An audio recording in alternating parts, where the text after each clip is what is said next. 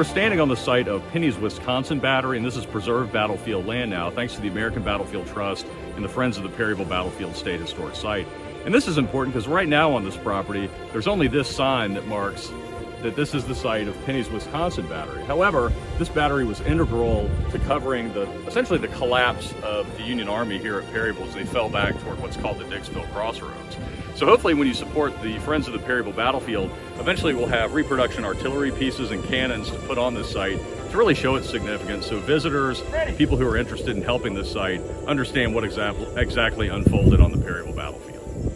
Well, the acquisition of this site was incredibly important because this marks the northern end of the Union battle line during the Battle of Perryville. And the Confederate troops were tasked with taking this area, which was the Union left flank, essentially.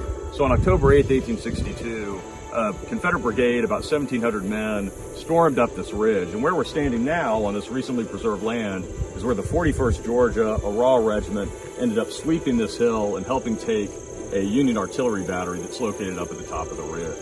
I was under the assumption that a battlefield would be something that would be preserved regardless of, the situation economically in the state or whatever. It's just sacred land, right?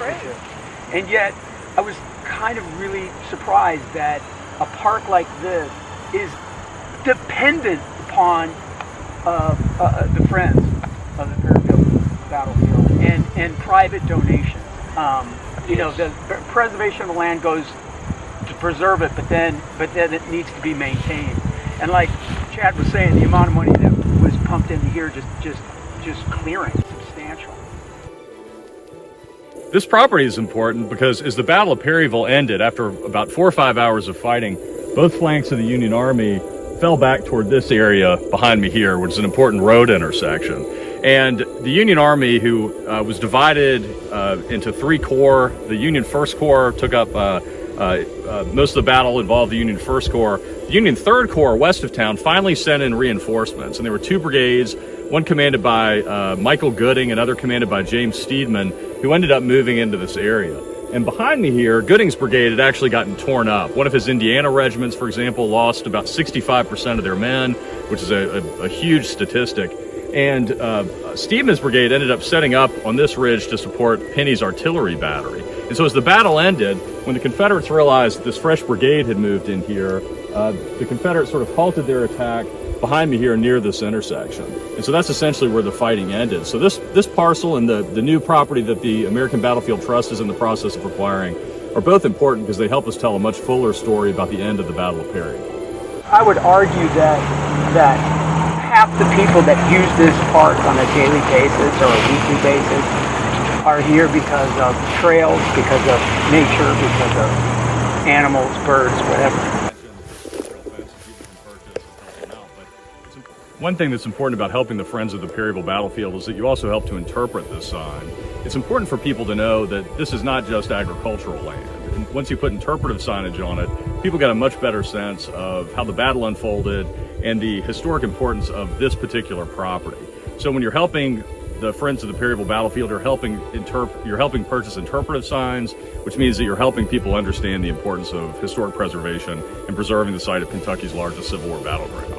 Before that kid left, he knew the date of the battle. What was important in the battle, so I roped him in with the butterfly, but then I taught him history, and, so it's a win-win.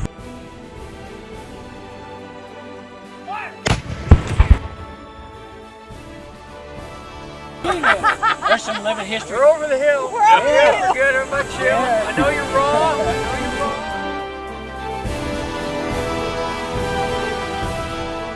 Here's another thing that's just, along with preserving the property for historical reasons, important. But the Friends of the Perryville Battlefield, if you see all these snake rail fences that are, how many miles of snake rail do we got? It covers a lot of the park, and that's a drive that is a continuous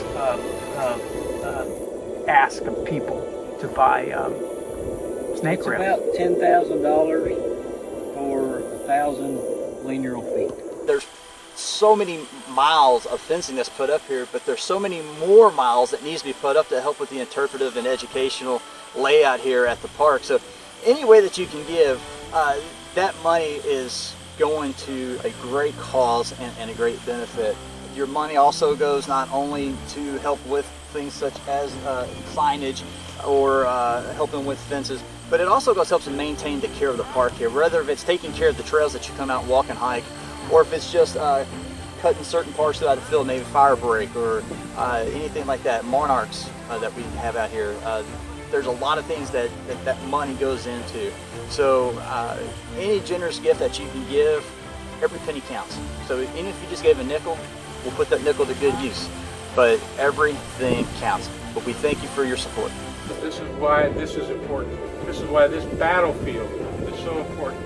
Not just to Kentucky or the Perryvillians, but to the nation. And I've been to every battlefield in the country because I was the chairman of the APCWF. This is the only battlefield that is still the way it looked during the battle. You've got very few monuments, you've got some interpretive signs, but this is the battlefield that is most pristine in the nation. This battlefield in particular, I feel even more of a connection to, because when you walk this field, there's not monuments. It looks exactly like it was, and I can bring a book and I can go sit on that hill and I can read for 4 hours and totally envision it, you know. And that's what's really magical about this place.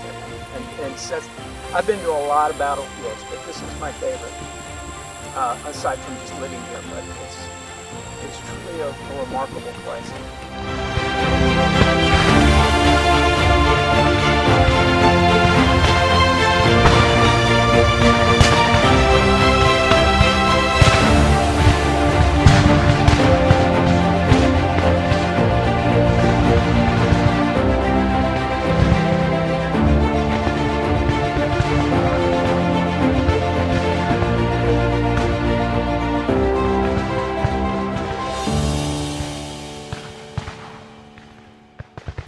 Honestly, if you drive down this road at in the summer at 8 o'clock at night, it's unbelievable. It's like a Disney movie. There are rabbits. You have to drive 10 miles an hour. It's unbelievable. And the amount of quail out here is just crazy.